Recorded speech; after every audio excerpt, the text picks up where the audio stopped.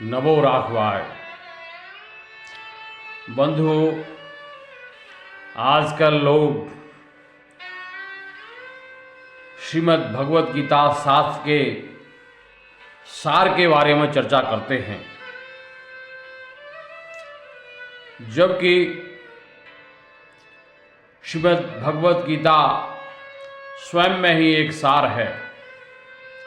अब सार का और क्या सार निकालेंगे। सार का अर्थ होता है किसी वस्तु से आप सार को निकाल लें तो कुछ असार भी बचेगा। जैसे किसी फल का आप रस जूस निकालें तो उस रस के उपरांत कुछ छूछा भी बचेगा। तो गीता के साथ भी क्या यही बात है? बिल्कुल नहीं। गीता, संपूर्ण गीता स्वयं में एक सार है। इसका हर श्लोक का हर शब्द, हर अक्षर स्वयं में सार है। क्यों? कि ये भगवान के मुख से निकले हुए शब्द हैं, उनके मुख से निकले हुए श्लोक हैं, जो कि स्वयं में एक मंत्र हैं। सर्वोपनिषदो गावो दुग्धा गोपाल नंदन है, पार्थो वत्स्य सुदुर्भोक्ता दुग्धम गीतामृतम महत्। सर्वोपनिषदो गावो, सारे उपनिषद गाय के समान हैं। दोग्धा गोपाल नंदन है, और उसको दुहने वाले कौन हैं? गोपाल नंदन, अर्थात भगवान श्री कृष्ण। पार्थो वत्स्य सुधुर भोक्ता, पार्थ अर्जुन वत्स के रूप में है, जैसे गाय का बच्चा होता है वत्स। पार्थो वत्स्य सुधुर भोक्ता दुग्धम गीतामृतम महत्, जो गीता रूपी दूध के अमृत का पान करता है। तो अब ऐसे में गीता के सार का क्या प्रयोजन है? मुझे लगता है संभवतः उन लोगों ने गीता को ठीक ठीक उसका पाठ नहीं किया होगा, उसको समझा नहीं होगा, और कहने लगे गीता का सार।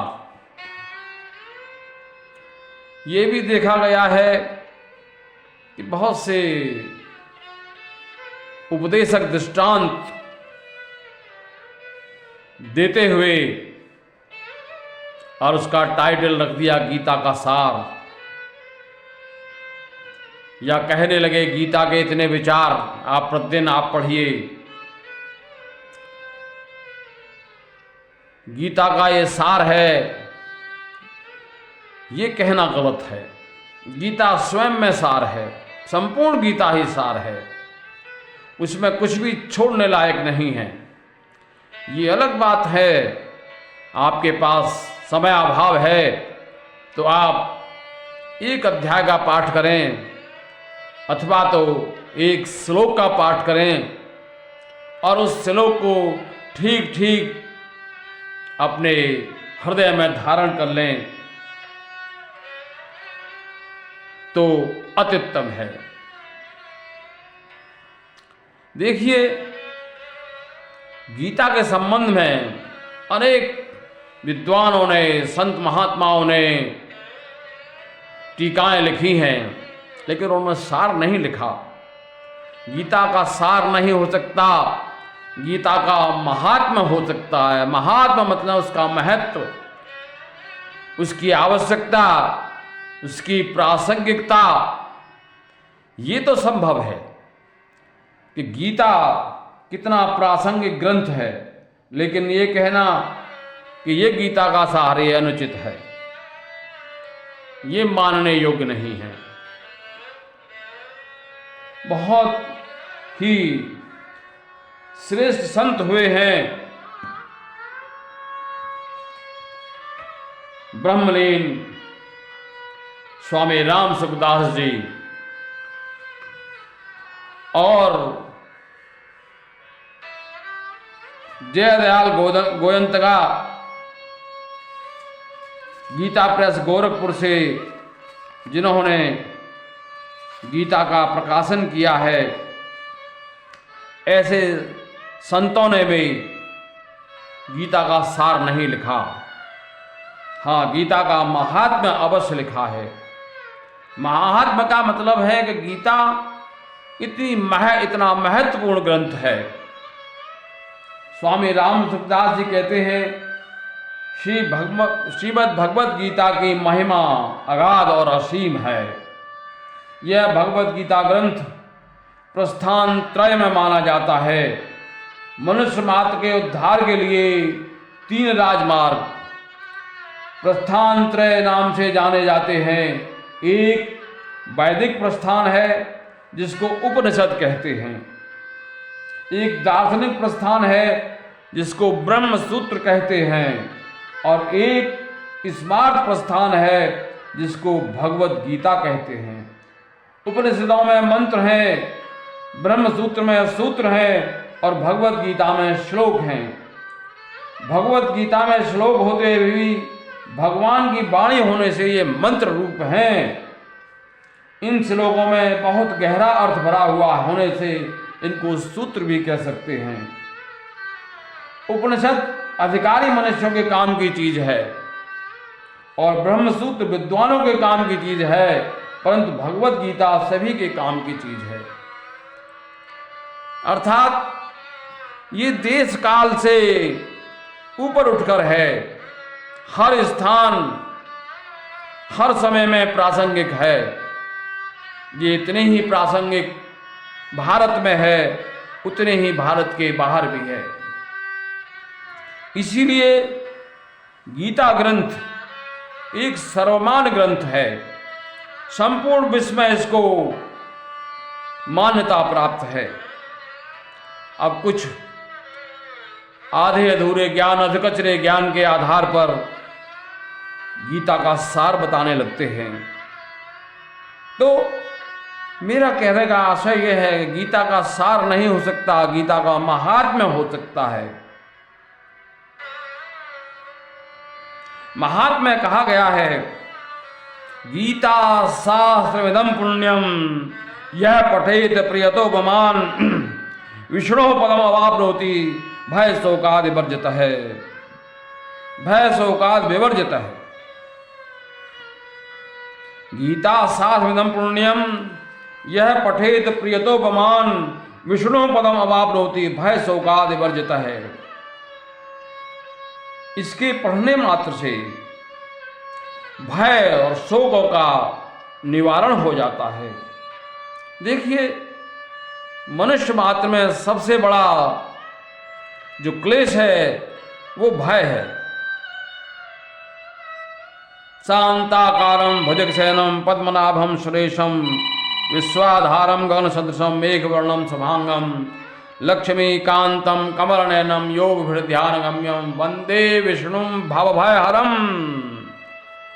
विष्णु से ये वंदना है विष्णु की, वंदे विष्णु भवभयहरं सर्वलोकैकनाथं, भय का निवारण। और श्री रामचंद्र कृपालु भजमन हरण भव भय दारुणम।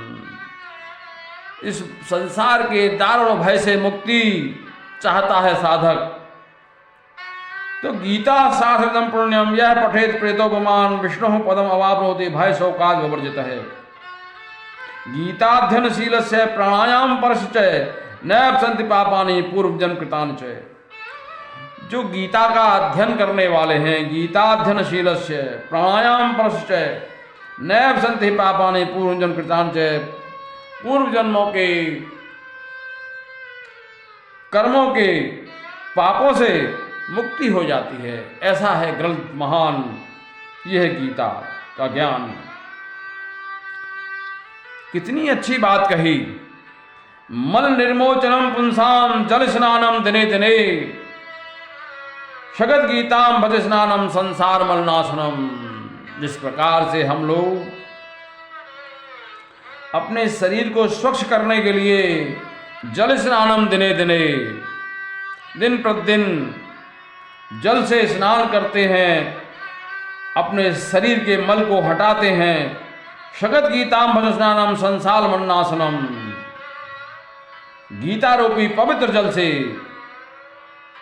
स्नान करने से मनुष्य का संसार के मलों का नाश हो जाता है।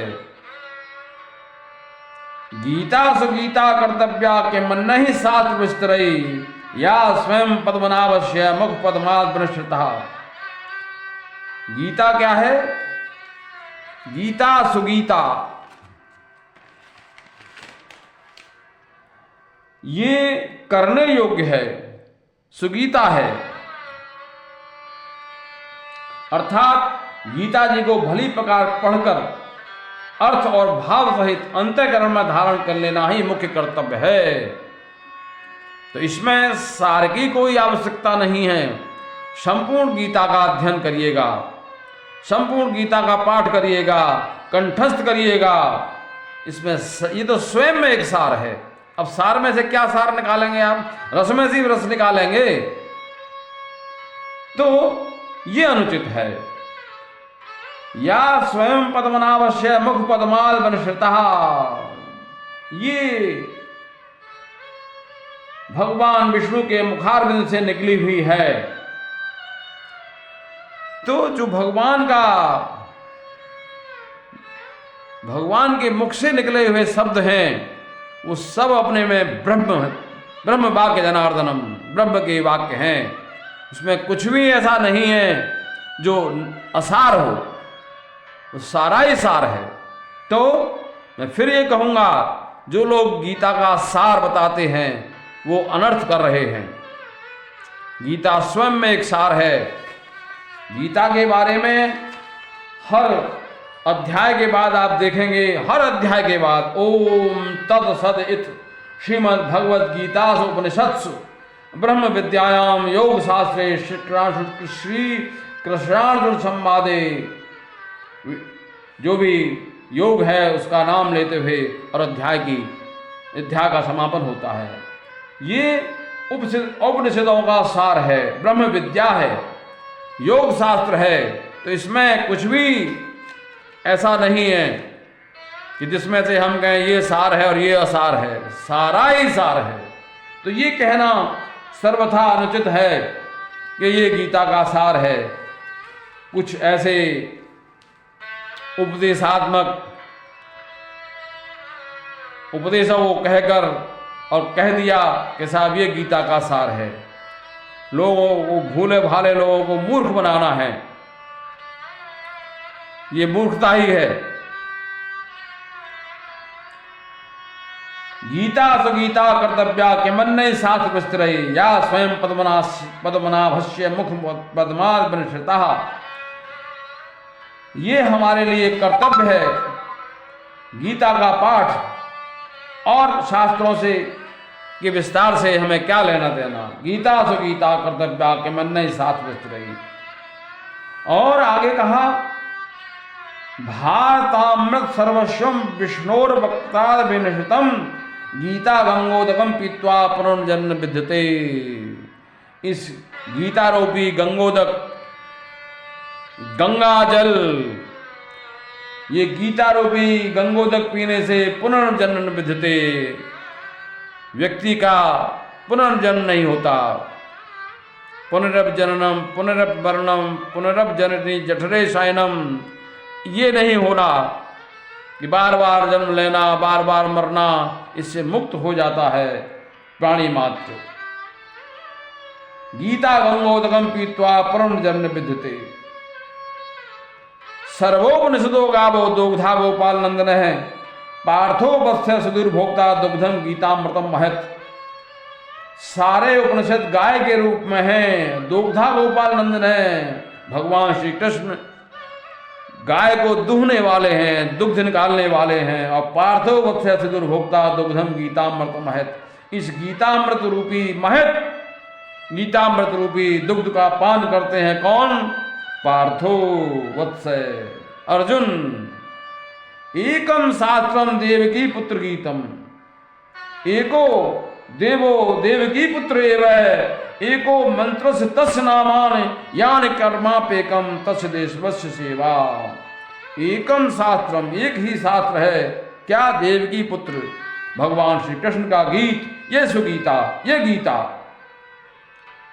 एकम देवो देवकी पुत्र एव, एक ही देवता हैं भगवान श्री कृष्ण, जिनको अनन्यास चिंतन्तो माम, जिनका अनन्य भाव से चिंतन करना है। एको मंत्रस्य नामानि यानि, एक ही मंत्र है, उनके नाम का उच्चारण, उनके नाम का जप। एको मंत्र से नामानि यानि कर्मापेकम तस्य देव सेवा, और हमारा एक ही कर्म है उस देवता की सेवा करना, उसकी सेवा करना। तो बंधु, मेरा कहने का आशय सिर्फ यही है कि कचरे आधे अधूरे ज्ञान को लेकर इतने महत्वपूर्ण ग्रंथ श्रीमद् भगवत गीता के बारे में अनर्गल प्रलाप करना, ये गीता का सार है। गीता, संपूर्ण भगवत गीता अपने में सार है। इसमें से कुछ भी ऐसा नहीं है कि इसको छोड़ दिया जाए या इसको अपना लिया जाए।